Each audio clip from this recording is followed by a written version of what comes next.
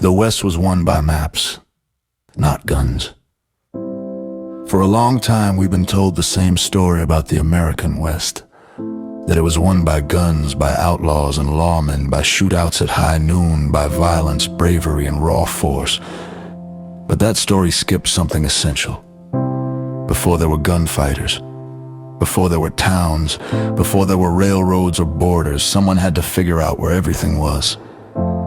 Because you can't conquer land you don't understand, and you can't settle land you can't describe. The truth is this: the West wasn't conquered by gunmen. It was conquered by map makers. In the early 1800s, most of the American West didn't exist on paper. Not because the land was empty, not because no one lived there, but because Americans didn't know it.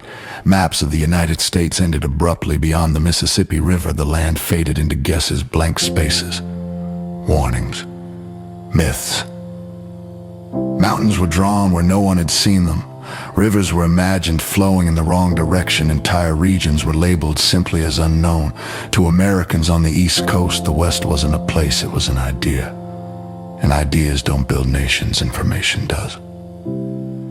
At the time, the United States was expanding fast. Land was being bought, claimed, promised, but no one knew how to reach it safely. No one knew where water could be found. No one knew which routes would kill travelers and which routes might let them survive. Armies could march west, but armies still needed food. They still needed water. They still needed terrain that wouldn't destroy them. Guns didn't solve those problems, maps did.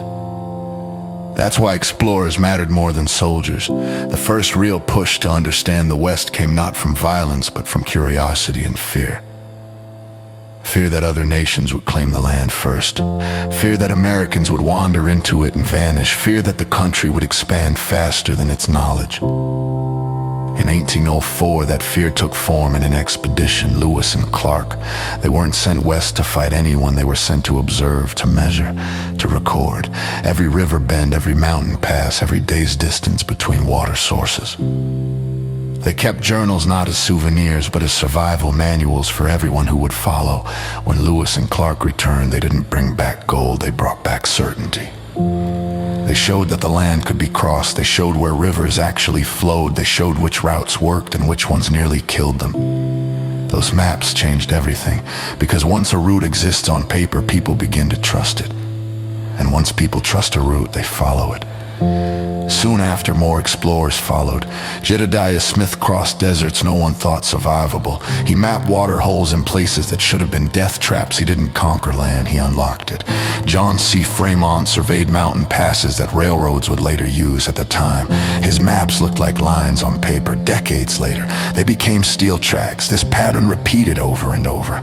An explorer enters the unknown. He writes, he draws, he survives. Then settlers follow, then wagons, then towns, then law. Violence came later, but it followed the map. Without maps, settlers died. Wagons broke down in deserts with no water. Families froze in mountains they didn't know how to cross. Entire groups vanished because someone guessed wrong. The deadliest threat in the West wasn't a gunman, it was ignorance. Maps reduced that danger. They told people where rivers could be trusted, where winters were survivable, where crops might grow, where animals migrated. A good map didn't guarantee survival, but it gave people a chance. That chance changed the future. Railroad companies studied explorer journals obsessively. They didn't care about legends, they cared about elevation, grades, distances between water. Cities didn't rise randomly. They rose where maps said they could. Many modern American cities exist because someone once stopped there, measured the land, and wrote it down. A river crossing a valley sheltered from storms, a mountain pass wide enough for wagons. Ink decided destiny. This doesn't mean guns didn't matter, they did. Lawmen enforced orders, soldiers protected routes, violence shaped outcomes, but violence followed structure, and structure came from maps. You can't patrol land you don't know. You can't defend routes that don't exist. You can't build borders without measurements. Maps created the skeleton of the West. Everything else wrapped around it. Even conflicts were shaped by maps. Treaties were written based on drawn boundaries. Disputes happened where lines overlapped. Wars followed geography long before they followed ideology, and often the people drawing those lines had never set foot on the land themselves. That's the quiet power of maps. They turn land into decisions, they turn wilderness into property, they turn uncertainty into plans. The truth is this: the West wasn't conquered by gunmen. It was conquered by map makers. And you can't settle land you can't describe.